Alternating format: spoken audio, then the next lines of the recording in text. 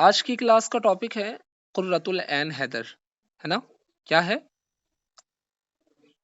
कुर्रतुल ऐन हैदर। कुर्रतुल ऐन हैदर, कुर्रतुल ऐन ठीक है। तो कुर्रतुल ऐन हैदर जो है वो अफसाने के अंदर बहुत बड़ा नाम है, कुर्रतुल ऐन हैदर का। और वाक़ियतन कुर्रतुल ऐन हैदर को अगर हटा दिया जाए अफसाने से, तो अफसाने का पैमाना जो आज हमें इतना अच्छा नजर आता है वो उससे थोड़ा सा कमतर हो जाएगा। ये एक खुली हकीकत है जिसका कोई इनकार नहीं कर सकता। हम लोग इसको दो जाविये से देख रहे हैं। जिस भी एग्जाम के लिए इम्पोर्टेंट है, मिसाल के तौर पर इसमें अक्सर सीयूईटी यूजी उर्दू वाले मौजूद हैं, एक दो पीजी वाले हैं।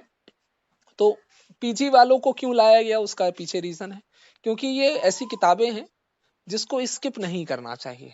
एनसीईआरटी एक ऐसी चीज है ना जिसको आप छोड़ करके, मतलब कहें ना कि खाने के अलावा बाकी चीजें खा ली, आप शहद खा लें, आप अखरोट खा लें, आप बादाम खा लें, लेकिन रोटी चावल छोड़ देंगे तो पेट भरेगा नहीं। तो ये रोटी चावल की तरह है, मतलब असल में बाकी चीजें भी हैं जरूरी, लेकिन जो इम्पोर्टेंस इनकी है एनसीईआरटी की है वो बाकी किताबों की नहीं है। बहुत सारी किताबें हैं उर्दू लिटरेचर पर, लेकिन एनसीईआरटी का एक अहम मकाम है, खासकर उन बच्चों के लिए जिनके बैकग्राउंड में उर्दू नहीं रही है। ठीक है, उर्दू नहीं रही है इसका मतलब उर्दू लिटरेचर नहीं रही है। चलिए स्टार्ट करते हैं। कुर्रतुल ऐन हैदर साहब को पढ़ना शुरू करते हैं। पढ़िए भाई, कौन पढ़ेगा?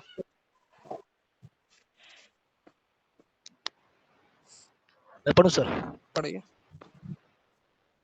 जी, बिस्मिल्लाहिर्रहमानिर्रहीम।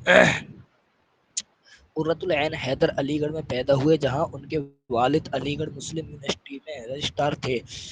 आबाई वतन नहूतर, जिला बिजनौर है। इनके वालिद सज्जाद हैदर यल्दरम और वालिदा नजर सज्जाद हैदर भी इनके अपने वालिद का दौर नाम के क्या है? मारूफ अफसाना सज्जाद हैदर यल्दरम।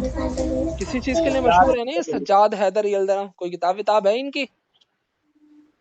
जी सर। जी, ये भी अफसाना निगार थे हम्म, अपने दौर के। हाँ, तो एक आध अफसाने जी, अफसाने का नाम याद है?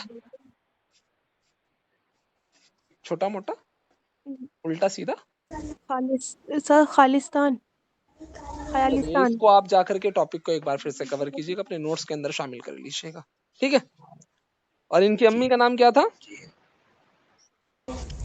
इनकी अम्मी का नज़्र नाम सज्जाद हैदर।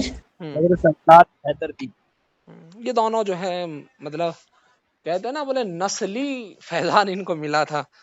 माँ भी अफसाना निगार है, बाप भी अफसाना निगार है, तो जाहिर सी बात है औलाद तो होगी ही। चलिए आगे पढ़िए। कुर्रतुल ऐन हैदर ने मेडक और हम्म बीए तक की तालीम बनारस और देहरादून में हासिल की। 1947 में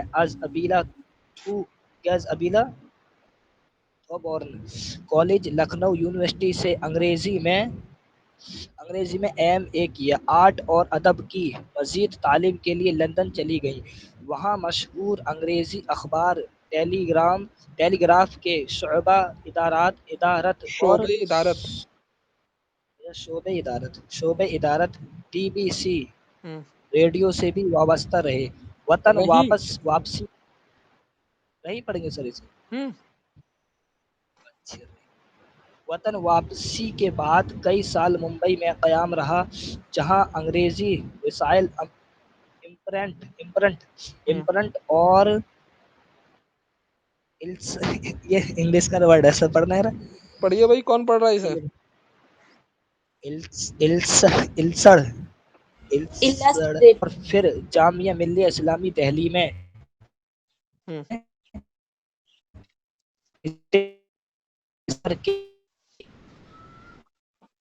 इनकी आवाज कट रही है, सभी को कट रही है, मुझे कट रही है। जी सर, कट रही है। आप आवाज पढ़िए, कटी है। पढ़िए जल्दी जी पढ़िए। सर। और फिर जामिया मिल्लिया इस्लामिया में विजिटिंग प्रोफेसर के मनसब पर फाइज रहीं। हम्म कुर्रतुल आइन हैदर अव्वलीन अफसाना 1944 में शाये हुआ। अफसानों का पहला मजमुआ सितारों के आगे 1947 में, और पहला नावल मेरे भी सनम खाने 1947 में मंजर आम पर आया। हम्म उर्दू और अंग्रेजी इनके में आपने इनकी तकरीबन अफसानों का मजमुआ कौन सा है? पहला अफसाना का मजमूआ सितारों के आगे। सितारों और के पहला आगे। नावल कौन सा है? मेरे मेरे भी भी सनम खान है। इन सब पे निशान लगाएं आप, और निशान लगाने के साथ जी। साथ अपने नोट्स के अंदर इसको लिख लें। हाँ। आगे पढ़ें। उर्दू और अंग्रेजी में इनकी तकरीबन 30 किताबें शाये हो चुकी हैं और इनमें अफसानों के मजमूए, नॉवल, नॉवेलेट, रपूरताज, सफरनामे, अदबी मज़ामीन और आलमी अदब के तर्जुमे शामिल हैं। इन इनके सब पे कई निशान अफसानों लगाएं। और अफसानों के मजमूआ कौन से हैं? नॉवल, नॉवेलेट, रपूरताज, सफरनामे और अदबी, मतलब बहुत सारी ऐसी सिनफे हैं जिनके ऊपर जो है इन्होंने कई सारी किताबें लिखी हैं। मतलब ये नॉवल निगार भी हैं, ये इन्होंने सफरनामे लिखे हैं और अदबी मज़ामीन भी इन्होंने कई लिखे हैं। चलिए आगे पढ़िए। इनके कई अफसानों और नॉवेलों के तर्जुमे हिंदुस्तान और दुनिया की मुतअद्दिद ज़बानों में शाये हो चुके हैं। आग का दरिया, आखिरी शब के हमसफ़र, कारे जहां दराज और चांदनी बेगम इनके मशहूर नॉवेल हैं। इनके नॉवेलों के नाम कुर्रतुल एक बार ऐन फिर से हैदर ने दोहराइए, क्या क्या हैं? आग का दरिया, आग आखिरी का शब दरिया, के हमसफ़र, कारे जहां आखिरी दराज, शब, आखिरी शब आखिरे, के हमसफ़र का आखिरे। जर्रा है ना उस पे, कसरा। सर जेर कारे लगा जहां, हुआ है राह के तो ऊपर। कसरा उसको ही बोलते हैं, शेर को। जी सर। हम्म कारे जहां दराज और चांदनी बेगम हम्म इनके मशहूर नावल है। कुर्रतुल ऐन हैदर के अफसानों और नावलों की ज़बान बहुत रवा और हम्म पुरकशिश है। इनकी हम्म तहरीरों में हिंदुस्तान की तारीख और तहजीब व सकाफत की झलकियों ने खास गहराई पैदा कर दी है। हम्म इन्हें इन्हों इन्हें उन्हें साहित्य अकेडमी हम्म उन्हें साहित्य अकेडमी अवार्ड, हम्म, ज्ञानपीठ अवार्ड, पद्म पद्म भूषण का खिताब पेश किया जा चुका है। हाँ, तो ये सब पर आप निशान लगा लें, ठीक है, क्योंकि ये पूछ लेता है कई मर्तबा। आगे पढ़ें। सर ये अवार्ड के बारे में भी पूछेंगे, सबके बारे में? ये गवर्नमेंट की तरफ से मिलते हैं अवार्ड। तो ये भी पूछ सकते हैं, ये भी लिखे नोट में। हाँ हाँ, लिख लें, ये पूछ लेता है वो कई मर्तबा। मौसम बहार के फूलों से घिरा बेहद मंजर फरेब गेस्ट हाउस हरे भरे टीले की चोटी पर इस दूर से ये नजर आता है। अफसाना है, नॉवेल है, क्या है? सर फोटोग्राफर हम्म, अफसाना है, नॉवेल है? नॉवेल है सर। सर अफसाना। नॉवेल कौन बोल रहा है? जरा एक मर्तबा चेहरा दिखा दीजिए, अपना दीदार कर लूंगा, सवाब मिल जाएगा मुझे। अफसाने के टॉपिक में पढ़ रहे हो तो अफसाने के टॉपिक में नॉवेल कहाँ से आएगा? सर इनके नॉवेल जी वगैरह सर। बहुत लंबा चौड़ा मीडिया है, इसीलिए। अल्लाह, फिर आपने नॉवेल नहीं पढ़े हैं शायद, कई कई सौ पेज के नॉवेल होते हैं। चलिए पढ़िए, जल्दी पढ़िए फोटोग्राफर। फटाफट। मौसम बहार के फूलों से घिरा बेहद मंजर फरीब गेस्ट हाउस हरे भरे टीले की चोटी पर दूर से नजर आ जाता है। टीले के आइन नीचे पहाड़ी झील है। एक वन बल सेकेंड, खाती एक मिनट रुकिएगा। चलिए पढ़िए। एक बलखाती सड़क झील के किनारे किनारे गेस्ट हाउस से फाटक तक पहुंचती है।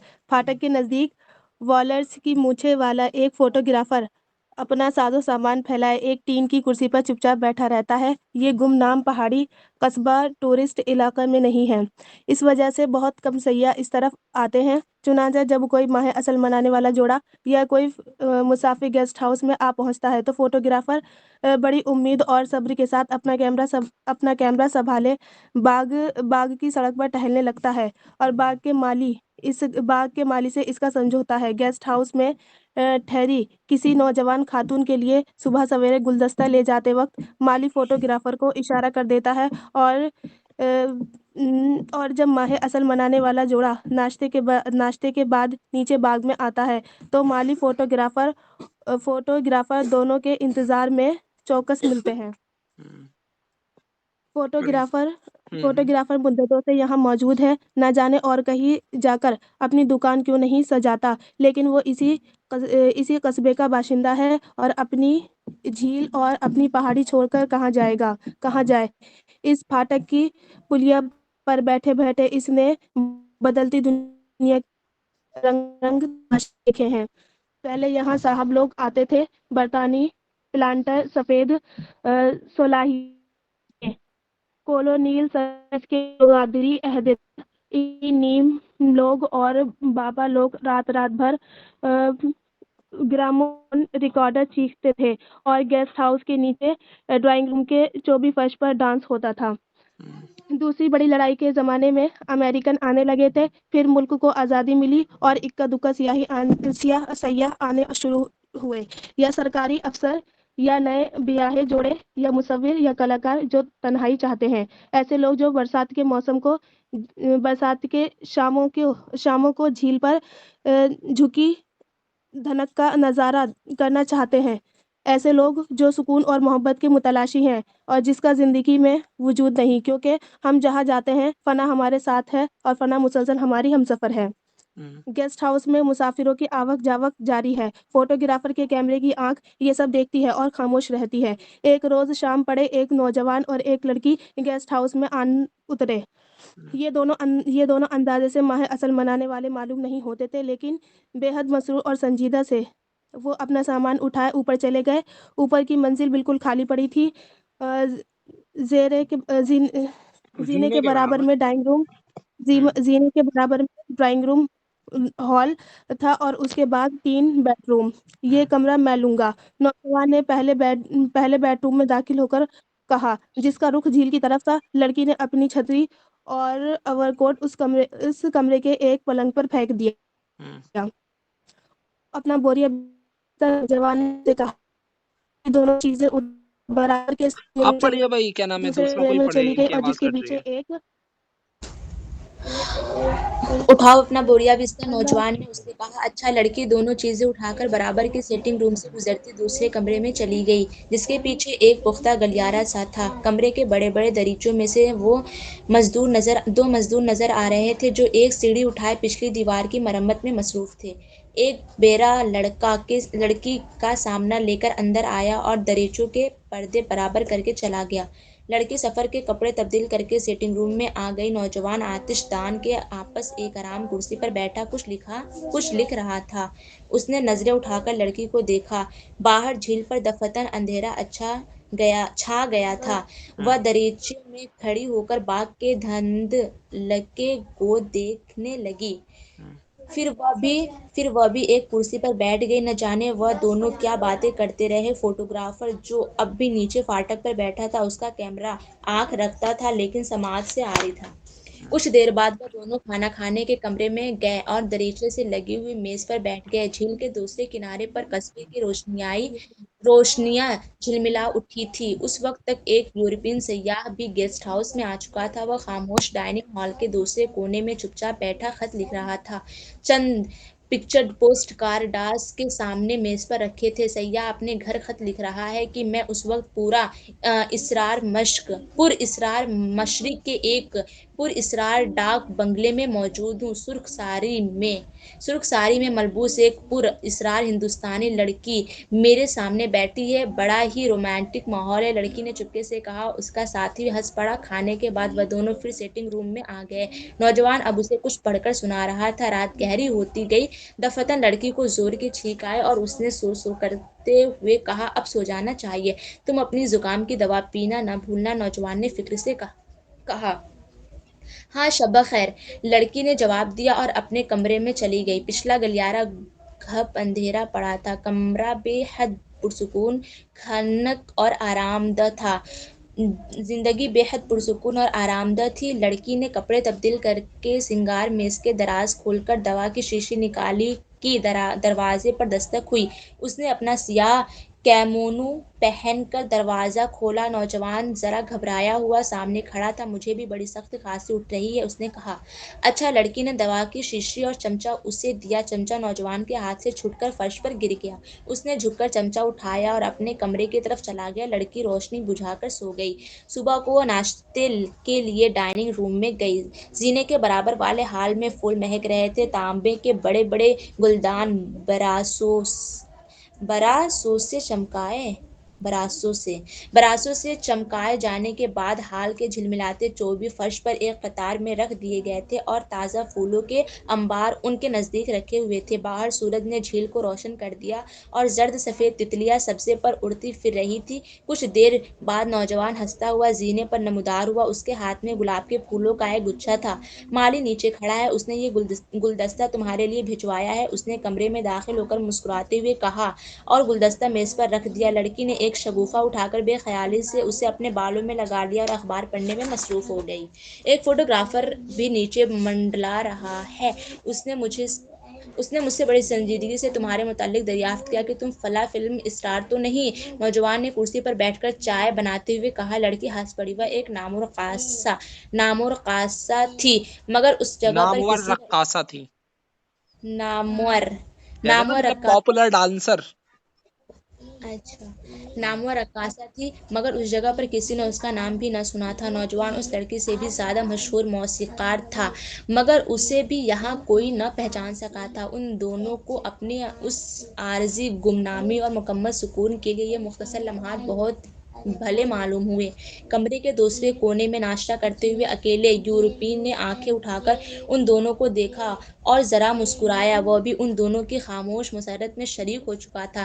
नाश्ते के बाद वह दोनों नीचे गए और बाग के किनारे गुलमहर के नीचे खड़े होकर झील को देखने लगे। फोटोग्राफर ने अचानक झलावे की तरह नमूदार होकर बड़े ड्रामाई अंदाज में टोपी उतारी और जरा झुककर कहा, फोटोग्राफर लेडी। लड़की ने घड़ी देखी। हम लोगों को अभी बाहर जाना है, देर हो जाएगी।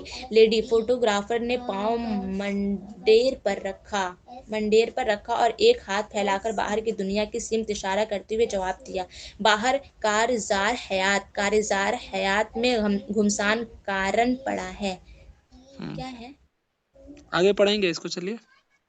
मुझे मालूम है कि उस घमसान से निकलकर आप दोनों खुशी के चंद लम्हे चुराने की कोशिश में मसरूफ है। देखिए, उस झील के ऊपर धनक के पल में गायब हो जाती है। लेकिन मैं आपका ज़्यादा वक्त न लूँगा। इधर आइए।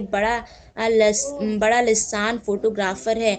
लड़की ने चुपके से अपने साथी से कहा। माली, जो गोया अब तक अपने केयों का मुंतजिर था, दूसरे दरख्त के पीछे से निकला और लपक कर एक और गुलदस्ता लड़की को पेश किया। लड़की खिलखिलाकर हंस पड़ी और उसका साथी अमर संदरी पार्वती के मुजस्समे के करीब जा खड़े हुए। लड़की की आंखों में धूप आ रही थी, इसलिए उसने जरा मुस्कुराते हुए आंखें जरा सी चंद हयादी थी। क्लिक क्लिक तस्वीर उतर गई। तस्वीर आपको शाम को मिल जाएगी। Thank thank you lady. You. अच्छा, thank you. Thank you lady. Thank user user thank you sir. Photographer ने जरा सा झुककर दोबारा टोपी छुई। लड़की और उसका साथी कार की तरफ चले गए। सैर करके वह दोनों शाम पड़े लौटे और संध्या की नारंगी रोशनी में देर तक बाहर घास पर पड़े कुर्सियों पर बैठे रहे। जब कोहरा गिरने लगा तो अंदर निचली मंजिल के वसी और खामोश डाइनिंग रूम में नारंगी कुमकुमों की रोशनी में आ बैठे न जाने क्या बातें कर रहे थे, जो किसी तरह खत्म होने ही में न आती थी। खाने के वक्त वह ऊपर चले गए। सुबह सवेरे वो वापस जा रहे थे और अपनी बातों की महवियत में उनको फोटोग्राफर और उसके खींची हुई तस्वीर याद भी न रही थी। सुबह को लड़की अपने कमरे में थी जब बैरे ने अंदर आकर एक लिफाफा पेश किया। फोटोग्राफर साहब ये रात को दे गए थे, उसने कहा। अच्छा, उस सामने वाली दराज में रख दो, लड़की ने बेख्याली से कहा और बाल बनाने में जुटी रही। नाश्ते के बाद सामान बांधते हुए उसे वह दरवाज़ा खोलना याद न रहा और जाते वक्त खाली कमरे पर एक सरसरी सी नज़र डालकर वह तेज तेज चलती कार में बैठ गई। नौजवान कार स्टार्ट कर दी। फाटक से बाहर निकली। फोटोग्राफर ने पुलिया पर से उठकर टोपी उतारी। मुसाफिरों ने मुस्कुराकर हाथ हिलाए। कार ढलवान से नीचे रवाना हो गई। वह वालरस के ऐसी मूंछों वाला फोटोग्राफर बहुत बूढ़ा हो चुका है और उसी तरह उस गेस्ट हाउस के फाटक पर टीन की कुर्सी बिछाए बैठा रहता है और सयाहों की तस्वीरें उतारता रहता है, जो अब नई फजाई सरोस शुरू होने की वजह से बड़ी तादाद में उस तरफ आने लगे हैं। लेकिन उस वक्त एयरपोर्ट से टूरिस्ट जो टूरिस्ट कोच आकर फाटक में दाखिल हुई, उसमें से सिर्फ एक खातून अपना अटैची केस उठाए बरामद हुए और ठिठक कर उन्होंने फोटोग्राफर को देखा, जो कोच को देखते ही फौरन उठ खड़ा हुआ था, मगर किसी जवान और हसीन लड़की के बजाय एक अधेड़ उम्र की बीबी को देखकर मायूसी से दोबारा जाकर अपनी टिन की कुर्सी पर बैठ चुका था। खातून ने दफ्तर में जाकर रजिस्टर में अपना नाम दर्ज किया और ऊपर चली गई। गेस्ट हाउस सुनसान पड़ा था। सयाहों की एक टोली अभी आगे रवाना हुई थी और बैरे कमरे की झाड़ पोछ कर चुके थे। तांबे के गुलदान ताज़ा फूलों के इंतजार में हाल के फर्श पर रखे झिलझिल कर रहे थे। झलझल क्या हुआ? झलझल कर रहे थे, चमचमा रहे थे। झलझल कर रहे थे और डाइनिंग हॉल में दरीचे के नीचे सफेद बुराक मेज पर छुरी काटने जगमगा रहे थे।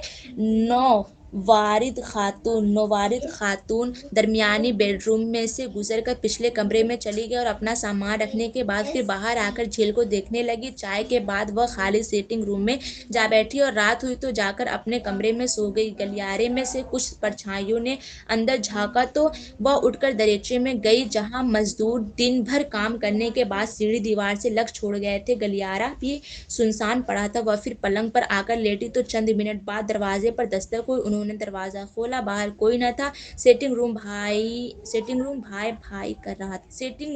भाई कर रहा था। भाई भाई। भाई कर रहा था। वह फिर आकर लेट रही। कमरा बहुत सर्द था। सुबह उठकर उन्होंने अपना सामान बांधते हुए सिंगार मेज के दराज खोली तो उसके अंदर पीछे पीले कागज के नीचे से एक लिफाफे का कोना नजर आया, जिस पर उनका नाम लिखा था। खातून ने जरा ताज्जुब से लिफाफे बाहर निकाला। एक का क्रोच कागज की तह में से निकलकर खातून की उंगली पर आ गया। उन्होंने दहल कर उंगली झटकी और लिफाफे में से एक तस्वीर सरक कर नीचे गिर गई, जिसमें एक नौजवान और एक लड़की अमर सुंदरी पार्वती के मुजस्समे के करीब खड़े मुस्कुरा रहे थे। तस्वीर कागज पीला पड़ चुका था। खातून चंद लम्हों तक गुमसुम उस तस्वीर को देखती रही, फिर उसे अपने बैग में रख लिया। बैरे ने बाहर से आवाज दी कि एयरपोर्ट जाने वाली कोच तैयार है। खातून नीचे गई। फोटोग्राफर नए मुसाफिरों की ताक में बाग की सड़क पर टहल रहा था। उसके करीब जाकर खातून ने बेतकल्लुफी से कहा, कमाल है, 15 बरस में कितनी बार सिंगार में इसकी सफाई की गई होगी, मगर ये तस्वीर कागज के नीचे उसी तरह पड़ी रही। फिर उनकी आवाज में झिल्लाहट आ गई। और यहाँ का इंतजाम कितना खराब हो गया है। कमरे में कॉकरोच ही कॉकरोच। कॉकरोच होते हैं ना, कॉकरोच। फोटोग्राफर ने चौंक कर उनको देखा और पहचानने की कोशिश की। फिर खातून के झर्रियों वाले चेहरे पर नजर डालकर आराम से दूसरी तरफ देखने लगा। खातून कहती रही। उनकी आवाज भी बदल चुकी थी। चेहरे पर दृष्टि और सख्ती थी और अंदाज भी चिड़चिड़ापन और बेजारी, और वह सपाट आवाज में कही जा रही थी, मैं स्टेज से रिटायर हो चुकी हूँ, अब मेरी तस्वीरें कौन खींचेगा भला। मैं अपने वतन वापस जाते हुए रात यहाँ ठहर गई थी। नई हवाई सर्विस शुरू हो गई। ये जगह रास्ते में नई हवाई सर्विस शुरू हो गई है।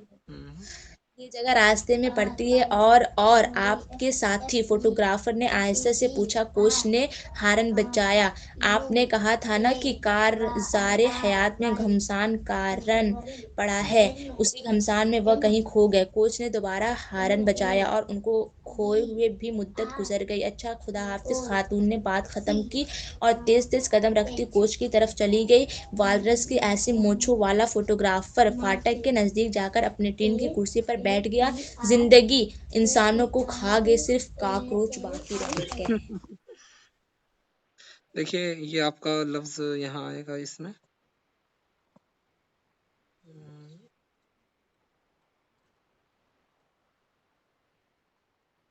ये आपका लफ्ज आया ना यहाँ पर, क्या बोलते हैं इसको, उसने कहा था कि कारेज़ारे हयात में घुमसान करन पड़ा है, मतलब कहते हैं ना कि एक तरह से सिविल वॉर होना, लड़ाई झगड़ा होना, तो उसके ताल्लुक से बात कही जा रही है। तो ये कुछ समझ में आया, कुछ मुश्किल अल्फाज हैं, इन मुश्किल अल्फाज को खास तौर पे आप लोग देख लेंगे, ठीक है। ये सारे मुश्किल अल्फाज, जैसे नजरे फरेब कहते हैं ना, निकाहों को धोखा देने वाला, बेहद खूबसूरत। बोले यार इसने तो मतलब मामला खराब कर दिया। एन मतलब इसके एन मुताबिक है, बिल्कुल ठीक इसी तरीके से है।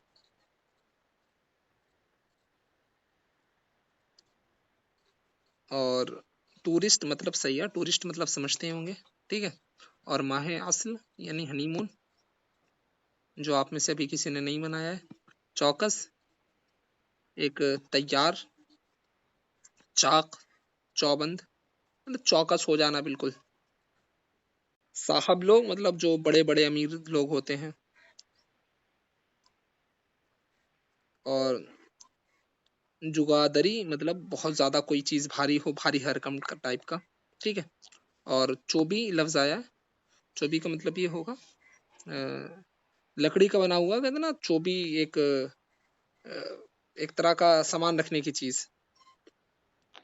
दूसरी बड़ी लड़ाई मतलब वही सेकंड वर्ल्ड वॉर।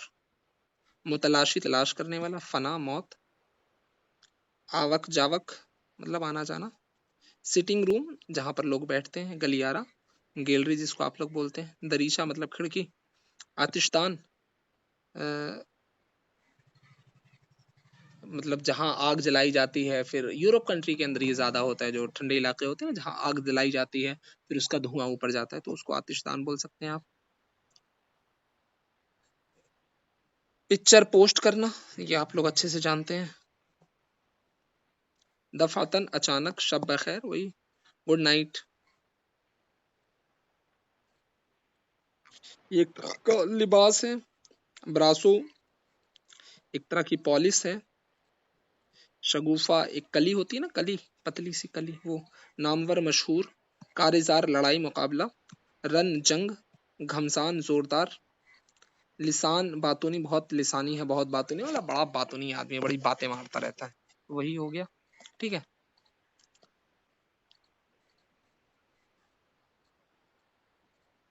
ये एक तरह का नाम है। सिंधिया शाम। नारंगी, जर्दी माइल, सुर्खी माइल मतलब एक तरह से जैसे संतरे का कलर होता है, ठीक इस तरीके से कलर। सरसरी नजर मतलब यूं ही देख लिया, ऊपर ऊपर से देख लेना। झलझल करना, जगमगाना, है ना, बड़ा जगमगा रहा है, ठीक है। ये सारे अल्फाज आप लोगों ने देख लिया। जी। हाँ, इसके अलावा कुछ नहीं है। ऊपर जो नाम आए हैं, जो मशहूर मशहूर किताबें आपको बता दी गई हैं, वो हैं, सिर्फ उतना आपको देख लेना है, ठीक है। और ये तो कम से कम याद रखेंगे, इतना पढ़ने के बाद इतना तो याद रहेगा ना कि कुर्रतुल ऐन हैदर का मशहूर अफसाना कौन सा है, फोटोग्राफर। इतना तो याद रहेगा ना, भूल जी जाएंगे। सर।